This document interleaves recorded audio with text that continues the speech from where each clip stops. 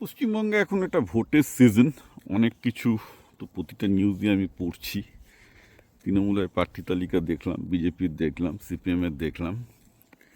প্রার্থী তালিকা নিয়ে আমার মন্তব্য করার মতো কিছু নেই। এখানে একটা ইন্টারেস্টিং ব্যাপার হলো, যেহেতু তৃণমূল শাসক দল, তাদের প্রায় 200-র ওপর ক্যান্ডিডেট, মানে তাদের এমএলএ অলরেডি আছে।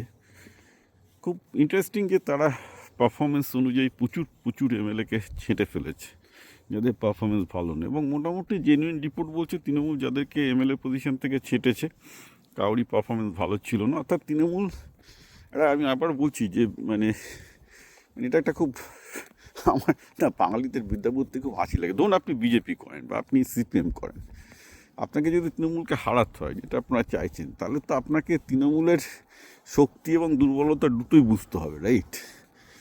তো তৃণমূলের শক্তিটা বোঝার চেষ্টা করুন, যে তৃণমূল বেসিক্যালি একটা কর্পোরেটের মতো পার্টিটা চালাচ্ছে। এটা একটা, মমতা ব্যানার্জি হচ্ছে সেই কর্পোরেটের চেয়ারম্যান, অভিষেক ব্যানার্জি হচ্ছে সিইও, আর বাকি এমএলএ এমপিরা হচ্ছে এমপ্লয়িজ। হ্যাঁ, এবার প্রত্যেকটা এমপ্লয়ির পারফরমেন্স একদম তারা আতস কাচের তলে দেখে নিয়েছে কে পারফর্ম করেছে কে করেনি।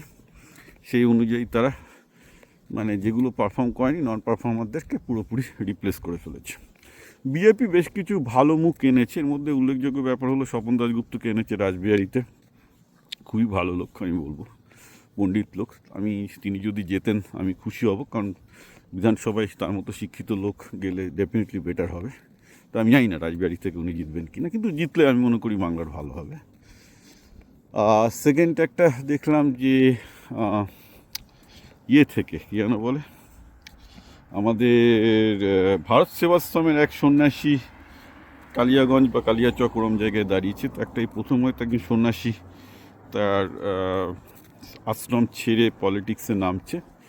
বিহারে তো যোগী আদিত্যনাথ ওভাবে নেমেছিল। তো বাংলার পলিটিক্সে এখন বিজেপির থেকে যদি মানে ভারত সেবাশ্রম এবং রামকৃষ্ণ মিশন ইত্যাদি জায়গা থেকে যদি সন্ন্যাসীরা তাদের আশ্রম এবং মিশন ছেড়ে বিজেপিতে যোগ দেয়, যেমন যোগী আদিত্যনাথ যোগ দিয়েছিলেন, কারণ উনি তো একটা অগর মঠের, ভুলে গেলাম আমরা, ইউপির একটা মঠের উনি সন্ন্যাসী ছিলেন, তাহলেও বাংলার পলিটিক্স জমে যাবে। একটা পলিটিক্সে একটা নতুন ডাইমেনশন যোগ হবে। কারণ বাংলা পলিটিক্সে এত কামিনী কাঞ্চন, মানে এত মেয়ে আর টাকা ঘুরছে, সেখানে যদি কিছু ভালো সন্ন্যাসী এসে সেটাকে ক্লিন করতে পারে, সাধারণ লোক তো সেটা ক্লিন করার মতো অবস্থায় নেই। পলিটিক্সটা এমন জায়গায় গেছে আর কি।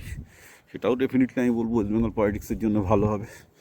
On the other hand, Trinamool যেভাবে সিপিএম পার্টিটাকে চালানোর চেষ্টা করছে একদম কর্পোরেট স্টাইলে, পারফরমেন্স ভার্সেস নন পারফরমেন্স, সেটা কিন্তু একটা পলিটিক্যাল আইডিওলজি বলতে পারেন, একটা পলিটিক্যাল ওয়ে অফ থিঙ্কিং, যে একটা পার্টি পুরোপুরি কর্পোরেটের মতো আমলাদের নিয়ে পুরোপুরি চলছে। তো পলিটিক্সে আপনার পছন্দ অপছন্দ থাকতেই পারে, কিন্তু তার জন্যই গণতন্ত্র মানে ভিন্ন মত।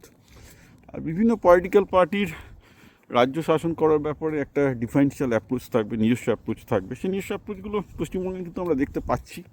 সুতরাং আমি মনে করি না পশ্চিমবঙ্গের পলিটিক্স খুব নেগেটিভ কিছু। আর ভালো করে আরও ভোট আপনারা দিন, এই ভোটে দেখা যাক। অনেকে বলছেন আপনি ভোটে প্রেডিক্ট করুন, আমার প্রেডিক্ট করার কিছু নেই। আমি যা করার আগে আগে বলে দিয়েছি। এখনও পর্যন্ত আমার কাছ থেকে যে গ্রাউন্ড রিপোর্ট আমি বিভিন্ন লোকের কাছ থেকে পাই, তাতে এখনও পর্যন্ত গ্রাউন্ড সিচুয়েশন খুব একটা চেঞ্জ হয়নি, হওয়ার কোনো সম্ভাবনাও নেই। কিন্তু আমি এটা অবশ্যই চাইবো যে বিরোধী পার্টিগুলো তৃণমূলকে একটা ভালো ফাইট দিক, সেটা পশ্চিমবঙ্গের জন্যই ভালো। একটা হাড্ডাহাড্ডি লড়াই হলে ডেফিনেটলি পশ্চিমবঙ্গের জন্য ভালো হবে। কারণ আমি বিদেশি নাগরিক, আমি চাইবো রাজ্যের ভালো হোক, দেশের ভালো হোক, এবং সেটা হতে গেলে প্রতিটা নাগরিক যেন মুক্ত মনে ভোটটা দেয়। মানে আমার ফ্যামিলি বামপন্থী তাই সিপিএমকে ভোট দেবো, এটা যেন না করে। আমার ফ্যামিলি হিন্দুত্ববাদী তাই বিজেপিকে ভোট দেবো, এটা যেন না করে। আমরা এতদিন ধরে তৃণমূল করে আসছি তাই তৃণমূলকে ভোট দেবো, বা আমরা মুসলমান তাই তৃণমূলকে ভোট দেবো, এইটা যেন না করে। প্রত্যেকে যেন তাদের নিজেদের বিচার বুদ্ধিটা খাটায়, তার নিজের জন্য যা ভালো, তার পরিবারের জন্য যা ভালো, তার সমাজের জন্য যা ভালো, তার দেশের জন্য যা ভালো, সেইভাবে যেন সে ভোটটা দেয়। ঠিক আছে? কারণ দেখুন, ব্যাপারটা হচ্ছে এই যে আমি একজন ভাষ্যকার, লেখালেখি করি, ভাষ্য দিচ্ছি। অতএব কোনো পার্টিকে পুশ করা বা কোনো রাজনীতিকে পুশ করা আমার কাজ নয়। আমি যেটা করতে পারি, বিভিন্ন রাজনীতির বিভিন্ন পার্টির রাজনীতির পজিটিভ নেগেটিভ পয়েন্টগুলো আপনাদের সামনে তুলে রাখতে পারি। সেটাই আমি করবো নেক্সট 100 দিনে, নেক্সট ভোটের কদিনে, যে এটা হলে এটা হবে, এটা হলে এটা হবে না। I try to get into ডিপার।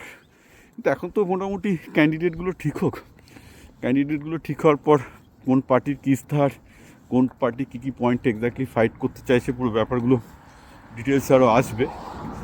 তো সেটা দেখা যাক কী হয়। তৃণমূল মানুষের সামনে কি ভিশন রাখে, বিজেপি কি ভিশন রাখে, অন্যরা কি ভিশন রাখে। যদিও সেটা খুব ভালো কিছু হবে বলে মনে হয় না, কারণ পশ্চিমবঙ্গে পুরোটাই হিন্দু মুসলমান টাইপের হয়ে গেছে।